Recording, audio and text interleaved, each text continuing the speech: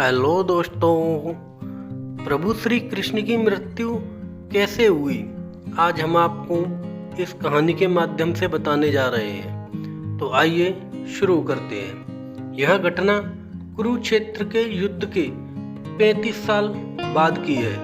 कृष्ण की द्वारका नगरी बहुत शांत और खुशहाल थी, जहाँ युवाओं के भीतर चंचलता बड़ी ही सामान्य थी और वे सभी भोग विलास में लिप्त रहते थे। एक बार श्री कृष्ण के पुत्र शाम्ब को एक शरारत सूझी।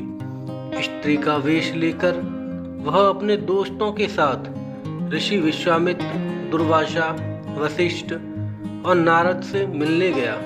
वे सभी श्री कृष्ण के साथ एक औपचारिक बैठक में शामिल होने के लिए द्वारका आए हुए थे। स्त्री के वेश में शाम्ब ने ऋषियों से कहा कि वो गर्भवती है, वे उसे बताएं कि उसके गर्भ में बच्चे का लिंग क्या है। उनमें से एक ऋषि ने इस खेल को समझ लिया और क्रोधित होकर शाम्ब को श्राप दिया कि वे लोहे के तीर को जन्म देगा, जिससे उनके कुल और साम्राज्य का विनाश हो जाएगा। शाम्ब ने ये सारी घटना उग्रसेन को बताई। उग्रसेन ने शाम्ब से कहा, वे तांबे के तीर का चूर्ण बनाकर प्रभास नदी में प्रवाहित कर दें। इस तरह उन्हें उस श्राप से छुटकारा मिल जाएगा। शाम्ब ने सब कुछ उग्रसेन के कहे अनुसार ही किया। साथ ही उग्रसेन ने यह भी आदेश दिया कि यादव राज्य में किसी भी प्रकार की नशीली सामग्रियों को ना तो उत्पादन किया जाएगा और ना ही वितरण किया जाएगा। इस घटना के बाद द्वारका के लोगों ने विभिन्न अशुभ संकेतों का अनुभव किया। सुदर्शन चक्र, कृष्ण के शंख, उनके रथ और बलराम के हल्का अदृश्य हो जाना जैसे अपराधों और पापों में बढ़ोतरी होना, लाज शर्म जैसी चीजों का समाप्त हो जाना, चारों ओर अपराध, अमानवीयता और पाप का छाया था। बुजुर्गों और गुरुओं का असमान, निंदा, द्वेष जैसी भावनाओं में उल्लेखनीय बढ़त आदि सब द्वारका के लोगों का जीवन बन गया था।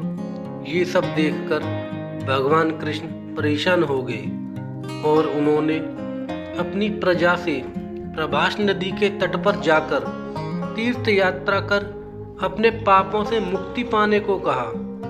सभी ने ऐसा ही किया, परंतु जब सभी यादव प्रभास नदी के किनारे पहुंचे तो वहां जाकर सभी मदिरा के नशे में चूर होकर भोग विलास में लिप्त हो गए। मदिरा के नशे में चूर सत्यायक कृतवर्मा के पास पहुंचा और अश्वत्थामा को मारने की साजिश रचने और पांडव सेना के सोते हुए सिपाहियों की हत्या करने के लिए उसकी आलोचना करने लगा। वहीं कृतवर्मा ने भी सत्यायक पर आरोप मढ़ने शुरू कर दिए। बहस बढ़ती गई और इसी दौरान सत्यायक की हाथ से कृतवर्मा की हत्या हो गई। कृतवर्मा की हत्या करने के अपराध में अन्य यादवों ने मिलकर सात्विक की मौत के घाट उतार दिया। जब कृष्ण को इस बात का पता चला तो वे वहां पर प्रकट हुए और एर का घास को हाथ में उठा लिया। ये घास एक क्षण में परिवर्तित हो गई, जिससे श्री कृष्ण ने दोषियों को सजा दी।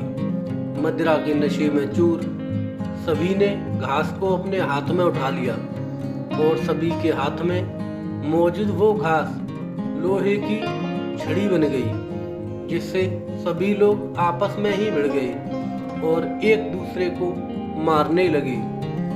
वज्र, दारुक और भगवान कृष्ण के अलावा अन्य सभी लोग मारे गए। यदुवंश के नाश के बाद कृष्ण के ज्येष्ठ भाई बलराम समुद्र तट पर बैठ गए और एकाग्रचित होकर परमात्मा में लीन हो गए। इस प्रकार शेषनाग के अवतार बलराम जी ने देह त्यागी और स्वधाम लौट गए। लोहे की छड़ का चूर्ण एक मछली ने निगल लिया और वह उसके पेट में जाकर धातु का एक टुकड़ा बन गया। जीरू नामक शिकारी ने उस मछली को पकड़ा और उसके शरीर से धातु के टुकड़े को नुकीला कर तीर का निर्माण कर दिया। कृष्ण वन में बैठे ध्यान में लीन थे। जीरू को लगा वह कोई हिरन है। उसने कृष्ण पर तीर चला दिया, जिससे श्री कृष्ण की मृत्यु हो गई। कुछ समय बाद अर्जुन मदद लेकर द्वारका पहुंचे और कृष्ण की मृत्यु की खबर पाकर अत्यंत दुखी हो गए। कृष्ण के जाने के बाद द्वारका में उनकी 16,000 रानियां, कुछ महिलाएं, वृद्ध और बालक ही शेष रह गए। महाभारत युद्ध की समाप्ति के बाद जब युधिष्ठिर का राय तिलक हो रहा था, तब कौरवों की माता गांधारी ने महाभारत युद्ध के लिए श्री कृष्ण को दोषी ठहराते हुए श्राप दिया कि जिस प्रकार कौरवों के वंश का नाश हुआ है, ठीक उसी प्रकार यदुवंश का भी नाश होगा। तो दोस्तों, ये थी श्री कृष्ण के मृत्यु की कहानी। अगर कहानी पसंद आई हो तो चैनल को सब्सक्राइब जरूर करें और वीडियो को लाइक करें। धन्यवाद।